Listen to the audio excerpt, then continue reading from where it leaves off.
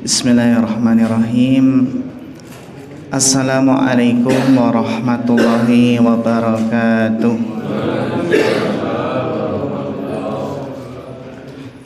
Innal hamdalillah nahmaduhu wa nasta'inuhu wa nastaghfiruh wa na'udzu billahi min syururi anfusina wa min sayyiati a'malina. Man yahdihillahu fala mudilla lahu wa man yudlil fala hadiyalah. Asyhadu an la ilaha illallah wahdahu la syarikalah wa asyhadu anna Muhammadan abduhu wa rasuluh. Allahumma salli wa sallim ala sayyidina Muhammadin wa ala alihi wa sahbihi wa man tabi'ahum bi ihsanin ila yaumiddin, amma ba'd. Ingkang kula hormati sesepuh bini sepuh, bapak-bapak, ibu-ibu, jamaah pengawasan Masjid Ar-Rasyid ingkang mugi-mugi tansah dimerahmati Allah Subhanahu wa taala. Alhamdulillah, kita bersyukur wonten ngarsa dalam Allah Subhanahu wa taala pilih ing kesempatan dalu punika kita taksih pinaringan rahmat sahidahipun Allah, pinaringan kesehatan sehingga kita sami saged nglajengaken ngrawuhi pengaosan ing dalu punika kanthi boten wonten alangan satunggal punapa. Mugi-mugi Allah paring keberkahan lan ilmu ingkang bermanfaat.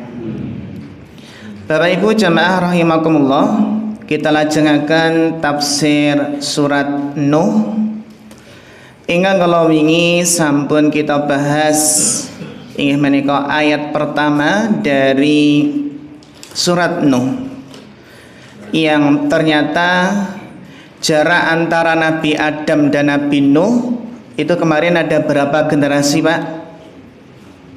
10 generasi.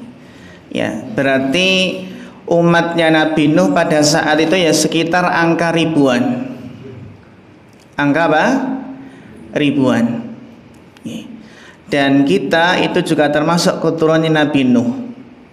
Karena dari yang selamat, ya, selamat yang di kapal dan yang memiliki keturunan itu adalah keturunannya Nabi Nuh. Sehingga bisa dikatakan Nabi Nuh itu Abul Bashar As-Tsani, nenek moyang yang kedua. Wa ja'alna dzurriyyatahu humul baqin, dan kami jadikan anak cucunya orang-orang yang melanjutkan keturunan. Yang melanjutkan apa? Keturunan. Kemudian kita juga memahami bagaimana umurnya Nabi Nuh itu sampai 950 tahun. Pengen gak Pak punya umur itu sampai 150? Masya Allah nih. Tapi kalau berumur panjang itu ya harus siap dengan apa? Banyak bersedih. Ada sebagian orang tua itu yang umurnya panjang tapi anak-anaknya lebih singkat, sehingga lebih merasakan apa? Sering ditinggal oleh anak-anaknya karena dia sendiri berumur panjang dan anak-anaknya ternyata lebih singkat. Dan tentunya berumur panjang itu kan wonten rahasianipun, Pak Bu. Ada sebab syar'i dan sebab qadari. Kalau sebab syar'i insya Allah kita sami sampun memahami nih bahwasannya umur panjang niku sebabipun ya salah setunggalipun menyambung apa? Silaturahmi. Kalau sebab qadarinya yaitu ya menjaga kesehatan.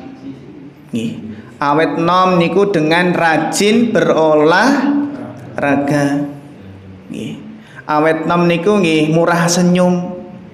Amargi nek sering cemberut nggih cepet napa Bu? Nggih, cepet tuwa nggih. Nah. Semanten ugi ternyata bergadang niku nggih kirang sae. Sering bergadang. lan sanes-sanesipun wonten sebab-sebabipun. Kita belajar dari dakwahnya Nabi Nuh ingkang napa berdakwah selama 950 tahun, tapi napa yang menerima dakwah beliau hanya sedikit sekali. Berapa Pak kemarin Pak?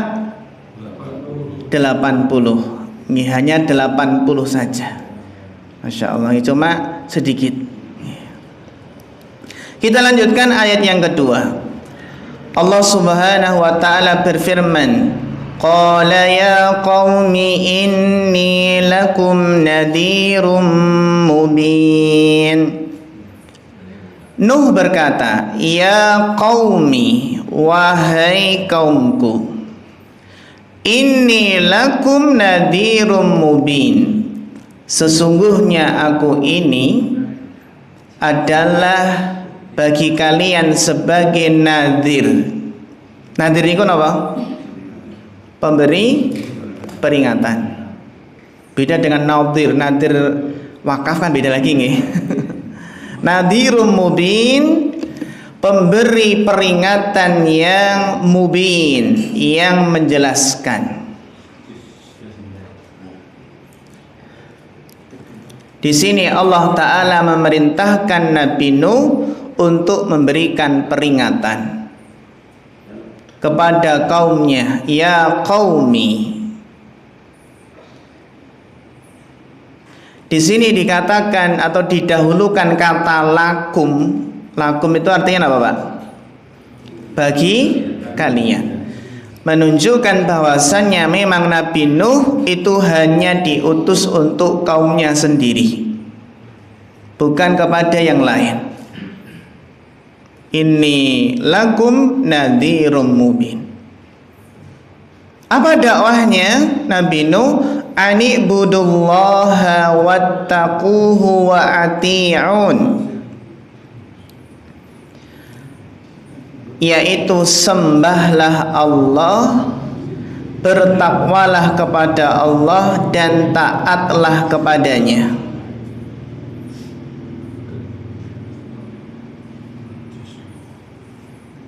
Jadi inti dakwahnya Nabi Nuh menika agar mentauhidkan Allah. Karena awal muncul kesyirikan itu memang terjadi pada umatnya Nabi Nuh. Yaghfir lakum min dunubikum wa yuakhirkum ila ajalin musamma. Kalau mau bertauhid, bertakwa, taat kepada Allah, maka Allah akan mengampuni dosa-dosa.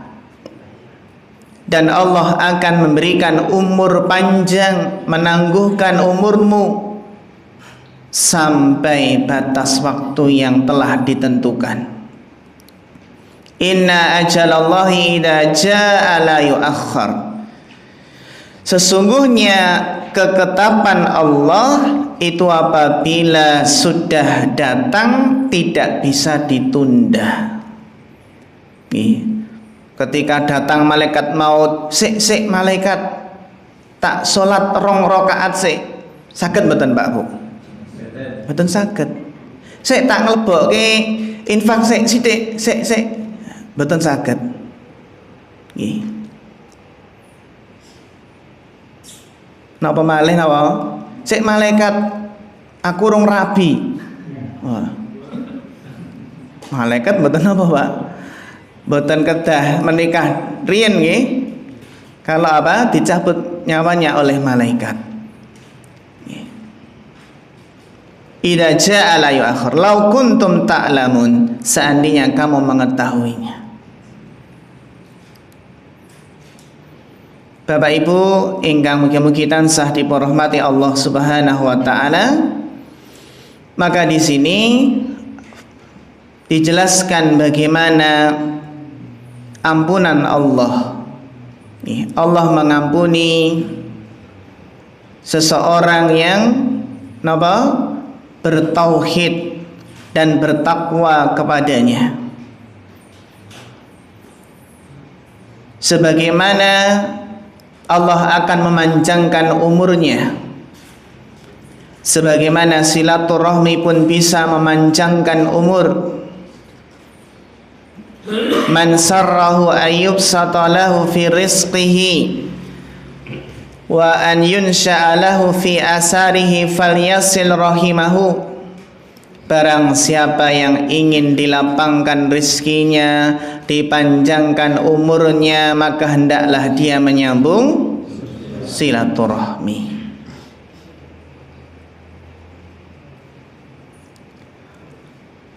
Kemudian Allah berfirman dalam ayat yang kelima, Qala Rabbi inni da'autu qaumi laylaw wa nahara. Dia Nuh berkata, wahai Rabbku, sesungguhnya aku telah menyeru kaumku malam dan siang.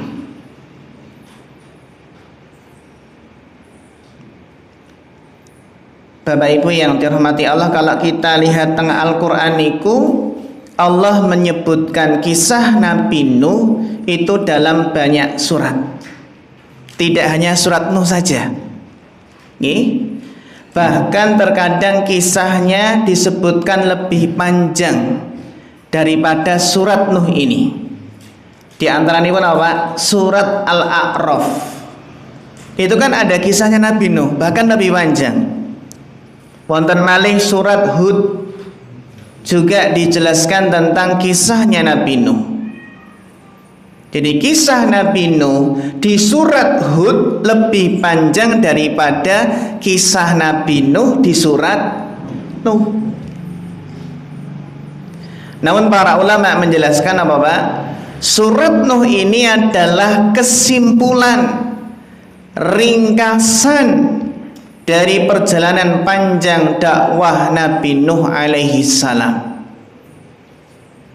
Karena di surat ini dijelaskan bagaimana Nabi Nuh mengadu kepada Allah. Setelah sekian lama berdakwah, ternyata kaumnya enggak beriman. Hanya sedikit.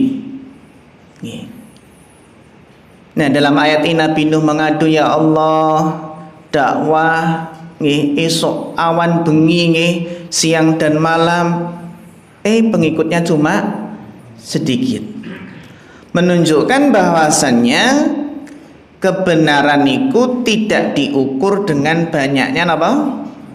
Pengikut. Akeh sing nglakoni, banyak yang melakukan perbuatan tersebut bukan menjadi dalil akan kebenaran hal tersebut. Dan ini penting sangat, terutama kagem para dai yang mana dalam berdakwah itu berusaha untuk tidak kenal lelah siang dan malam, bukan hanya sepekan sekali. Nabi Nuh dakwahnya bukan sepekan sekali Pak, bukan sebulan sekali atau setahun sekali, tapi siang dan malam setiap hari. Adapun kalau di sini Pak, kenapa disebutkan malam? Penyebutan malam itu didahulukan daripada siang dalam ayat ini. Kenapa kok? Biasa kan kita kan siang dan malam itu kok ini kok malam dan siang? Napa rahasianipun? Penyebutan malam daripada siang dalam ayat ini karena siang itu kan waktu napa Pak? Bekerja. Bapak Ibu menawi ngerawi pengaosan nggih ngaten. Biasanipun wekdal apa? Malam tu dakwah. Nggih. Nek siang paling nggih Ahad nggih. Ahad. Sabtu sakniki libur nggih. Libur. Pilih pundi Pak? Kerjane ya Senin teko Setu tapi mulai luwih awan. Napa kerjane seminggu gur ping 5 ning mulie napa? Sore terus. Pilih pundi? Anu terus sini. Mboten milih niku. Mlebune ya 5 dina ning mulie ya gasik ya tadi. Oleh gasik.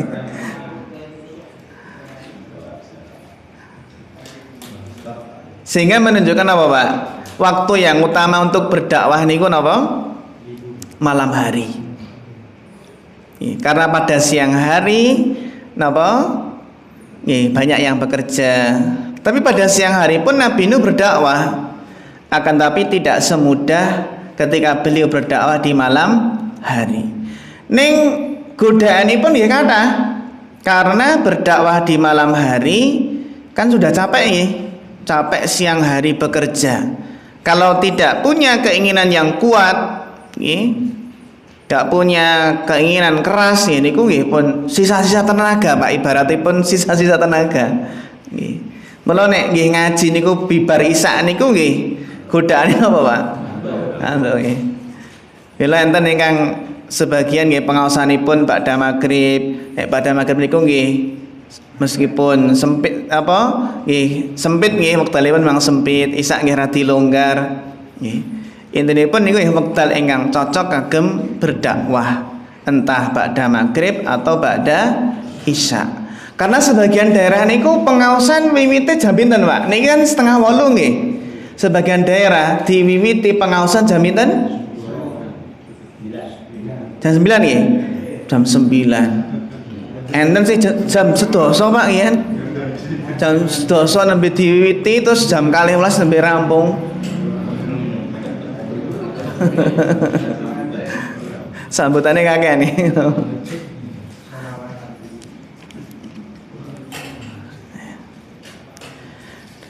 Dan tentunya Bapak Ibu yang dihormati Allah, apabila seorang dai yang berdakwah terus ditolak itu kan sesuatu yang berat,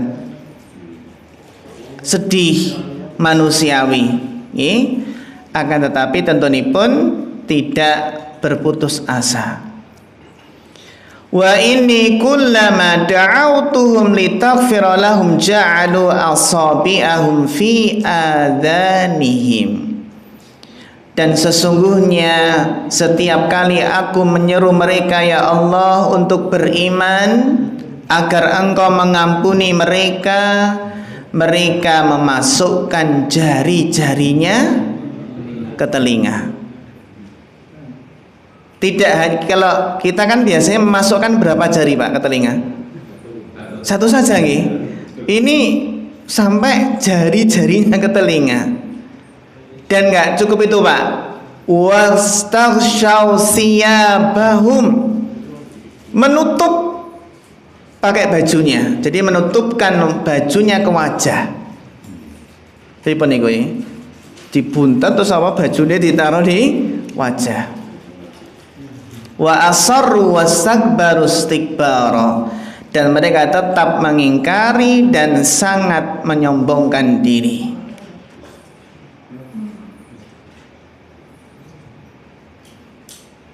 Jadi di sini kita lihat bagaimana mereka tidak mau mendengar dakwahnya Nabi Nuh, bahkan menutup telinga dengan jari-jari mereka.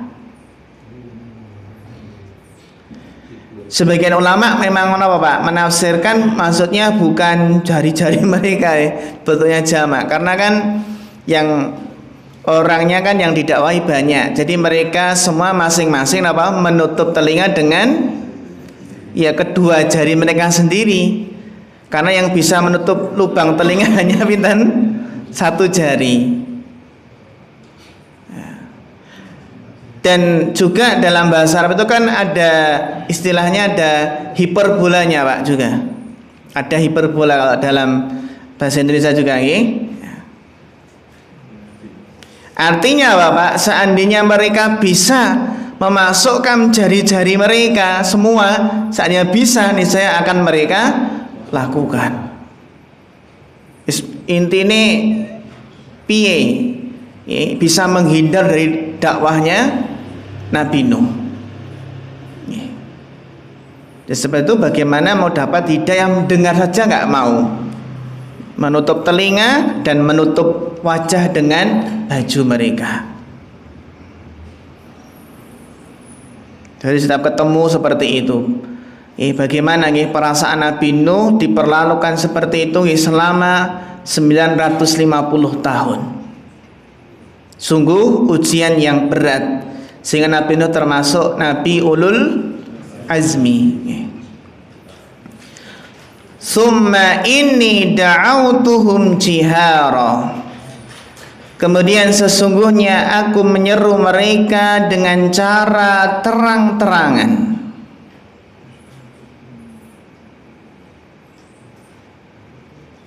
Summa di sini kata sambung yang menunjukkan jarak.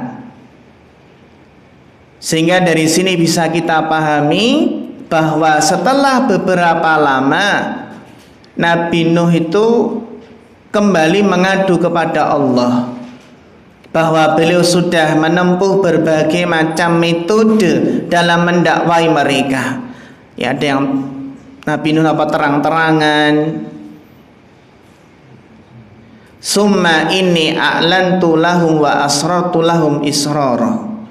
Kemudian aku menyeru mereka secara a'lantu, terbuka, dan dengan asrartu, diam-diam. Jadi mengkombinasikan antara dakwah terang-terangan dan dakwah secara sembunyi-sembunyi. Maksudnya dakwah terang-terangan itu pripun, Pak? Dakwah ketika orang-orang sedang berkumpul. Makanya kan para ulama menjelaskan ketika momen manusia berkumpul itu dimaksimalkan dalam berdakwah. Contoh apa? Khutbah Jumat. Itu seharusnya dimaksimalkan. Bagaimana khotib itu khutbah dengan sebaik-baiknya. Itu momen masyarakat berkumpul. Jangan sampai khutbah kurang semangat, sehingga ketika mulai khutbah terus jamaahnya juga mulai mulai tidur. Enten mboten Pak niku? Oh ngadah nggih. Sebabnya napa niku kok Jumatan ini penak nggo turu sebabnya napa niki? Oh setan nggih. Nggih.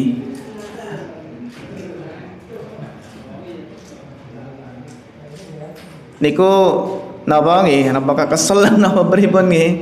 Tapi khotibipun benten nek khotibipun niku tegas, semangat, mboten kedah menggebu-gebu banget sih mboten nggih. Juga penting sangat intonasi, bagaimana bisa menarik jamaah. Di waktu yang sudah capek terus suarane nggih lirih nggih. Maca nggih. Maca ning semangat niku benten nggih. Kan enten sing maca ning datar-datar maksudnya napa? Lirih intonasinipun. Dados Bapak Ibu yang dihormati Allah, maksudipun berbagai macam metode sampun dipun tempuh ketika manusia berkumpul. Dan sembunyi-sembunyi, asrartu maksudnya diam-diam niku napa? Dakwah diam-diam maksudipun mendatangi rumah satu persatu. Menempuh napa? Menggabungkan dua metode. Dan kita lihat sebagian orang lebih tertarik kalau menghadiri pengajian jika dihadiri oleh orang yang banyak. Tapi ada juga yang lebih suka kalau mendengarkan kajian itu di tempat yang sepi, seperti di rumah sendiri bersama keluarga. Terus macam-macam. Enten yang lebih suka kalau rame atau meriah, ada yang biasa-biasa saja. Intinya pun memang dai menika berusaha memaksimalkan metode-metode yang ada, sarana-sarana ingkang wonten.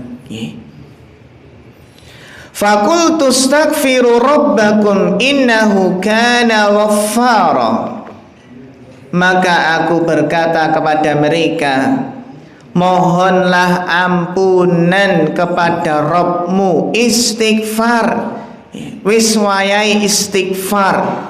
Innahu kana ghaffara, karena sesungguhnya Allah Maha Pengampun. Nabi Nuh ngajak umatnya untuk istighfar, karena dosa apapun, sebanyak apapun, bisa diampuni dengan apa? Istighfar. Faedahipun apa, Pak? Yursilis samaa 'alaikum midrara. Nah, niki napa? Dahsyatnya istighfar. Karena istighfar niku luar biasa. Dan di dalam Al-Qur'an banyak disebutkan faedah istighfar, termasuk di dalam ayat ini. Bagaimana di antara faedah istighfar adalah yursilis sama 'alaikum midrara. Niscaya dia Allah akan menurunkan hujan yang lebat dari langit kepadamu. Istighfar sebab napa Pak Bu? Turun hujan. Wa yumditkum bi amwal. Istighfar itu sebab memperbanyak harta. Memperbanyak harta istighfar. Sehingga nek enten apa? Pedagang nenggo ingkang badhe tumbas kok boten enten sik lewat, boten enten sik tumbas daganganipun. Sebabnya napa, Pak? Oh, Pak istighfar. Nggih, daripada bengong nunggu pedagang mending napa? Istighfar. Astagfirullah, astagfirullah, astagfirullah. Selang berapa menit langsung kruyuk. Ternyata napa? Nggih, memang ampuh istighfar niku. Nggih. Wa yumditkum bi amwal. Menunjukkan bahasanya orang yang rajin istighfar itu tidak akan jatuh miskin. Setelah Allah berikan kekayaan, tidak akan Allah jadikan dia jatuh miskin. Wa banin, bahkan banyak anak. Istighfar memperbanyak harta dan memperbanyak apa? Keturunan. Ya, masalah pun zaman sekarang banyak yang tidak pengen apa? Dia pengen punya anak yang banyak-banyak kan kata nih. Wa yumditkum bi amwali wa banin. Wa yaj'al lakum jannatin wa yaj'al lakum anhara. Dan Allah akan mengadakan kebun-kebun dan sungai-sungai untukmu. Jadi Nabi Nuh di sini kan mengajak istighfar Bapak Ibu, kemudian menyampaikan faedahnya, keutamaan istighfar baik dari sisi duniawi maupun ukhrawi. Nabi Nuh memberikan iming-iming ganjaran di dunia. Orang yang banyak istighfar akan diberikan keturunan oleh Allah. Apabila kekeringan akan Allah turunkan hujan. Bahkan dengan istighfar Allah menjanjikan surga.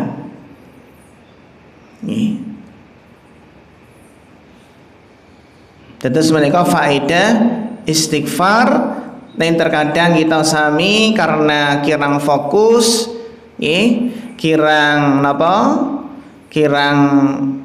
memperhatosaken faedah istighfar, banyak hari-hari, detik-detik terlewatkan tanpa istighfar. Padahal menawi longgar kok supados tentrem, tenang, perbanyak istighfar. Enten masalah istighfar. Kunci hilang istighfar. HP jeblok istighfar, istighfar, terus istighfar. Tapi seseorang itu istighfar itu tidak hanya ketika dalam keadaan susah saja nggih. Istighfarnya kok baru ketika diuji susah. Diuji ketika dalam kelapangan pun juga apa? Istighfar. Nggih.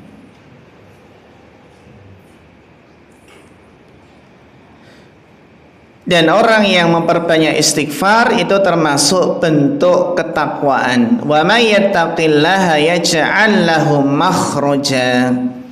Barang siapa yang bertakwa kepada Allah, niscaya Allah akan berikan kepadanya jalan keluar. Jalan keluar. Setiap kita pasti punya masalah. Tapi kita harus yakin setiap masalah pasti ada jalan keluarnya. Yang penting dicari jalan keluarnya tersebut. Ternyata jalan sederhana dari apa Pak? Jalan keluar tersebut adalah simple. Bangun malam, ambil air wudhu, gelar sajadah, terus sholat. Habis sholat istighfar, bar niku ndonga. Langsung besoknya apa? Allah berikan apa? Jalan keluar. Jadi nggak perlu jauh-jauh, perlu ke jauh-jauh ke rumah Mbah Dukun, minta solusi nih, minta jalan keluar Mbah, piye Mbah, ngoten nggih. Ternyata jalan keluarnya itu ya ada di rumah sendiri Pak. Dengan apa? Mendekatkan diri kepada Allah, maka Allah akan berikan jalan keluar. Yaj'al lahu makhraja wa yarzuqhu min haitsu la yahtasib, dan Allah berikan rezeki dari arah yang tidak disangka-sangka. Nek gaji rutin niku termasuk rezeki yang napa? Disangka-sangka. Wong gaji rutin nggih, disangka-sangka. Gajiku nek sewulan nampa gajian ya semene. Niku disangka-sangka. Tapi ada rezeki yang tidak disangka-sangka. Nah ini Pak, Bu, Masya Allah, orang yang bertakwa dapat rezeki dari yang arah yang tidak disangka-sangka. Karena sebagian orang kan cuma ngandalkan apa Pak? Ngandalkan rezeki apa? Yang disangka-sangka, rutin mau. Padahal bisa jadi rezeki yang tidak disangka-sangka lebih banyak daripada yang disangka-sangka. Yang sudah napa? Setiap bulanan kan ngaten nggih. Maka Bapak Ibu yang dirahmati Allah Subhanahu wa taala, pernah ada kisah yang sering kita sampaikan, Hasan Al-Basri ketika ada seseorang yang mengeluh tentang kekeringan, istighfar. Nasihatnya apa? Istighfar. Ada yang datang lagi mengeluhkan kemiskinan, ekonomi yang susah, apa? Istighfar. Dan ada orang yang ketiga, ketika mengadu, mengeluh belum diberikan keturunan, maka Hasan Al-Basri apa? Istighfar. Kemudian para orang-orang pun bertanya, kenapa kok semuanya nasihatnya apa Pak? Sami istighfar. Nah, kemudian Hasan Al-Basri membacakan ayat ini dalam surat Nuh. Istaghfir rabbakum innahu kana ghaffara yursilis sama 'alaikum midrara wa yumdidkum bi amwali wa banin. Maka Bapak Ibu yang dirahmati Allah Subhanahu wa taala, menika nggih ingkang nedahaken dahsyatnya nggih pentingipun apa? Istighfar. Nika ingkang dados senjata nggih supados kita sami diberikan kemudahan jalan keluar nggih dalam mengarungi kehidupan di dunia ini. Karena nggih banyak napa Pak Bu, banyak ujianipun, banyak tantanganipun semakin berat. Kita hidup di zaman yang banyak godaan, banyak fitnah, dan tentunya kita harus sering-sering istighfar, karena kita hidup di zaman yang seseorang itu begitu mudah berbuat dosa dan maksiat karena sarana-sarana yang ada. sarana-sarana yang ada yang memudahkan seseorang itu untuk berbuat dosa dan maksiat. Ini pun kita yakin dengan istighfar kita akan meraih kecintaan Allah, bahkan juga akan didoakan oleh para malaikat, dan akan dilapangkan rizkinya, dan juga Allah akan hapus dosa-dosanya tentunya. Dan taubat istighfar itu sebab untuk memperoleh kemenangan. Sebagai penutup, Nabi pernah bersabda dalam hadis sahih riwayat Ibnu Majah, tuba liman wajada fi sahifatihi istighfaran kasiran. Sungguh beruntung, sungguh sukses siapa Bapak Ibu? Seseorang yang mendapati pada buku catatannya banyak istighfar. Alangkah bahagianya ketika buka buku catatan di akhirat ternyata banyak istighfarnya. Semoga Allah Subhanahu wa taala menjadikan kita hambanya yang senantiasa beristighfar kepadanya. Allahumma amin ya rabbal alamin. Makaten nggih Bapak Ibu ingkang saged kita bahas ing dalu punika. Saderengipun dipun akhiri, wonten pertanyaan mboten?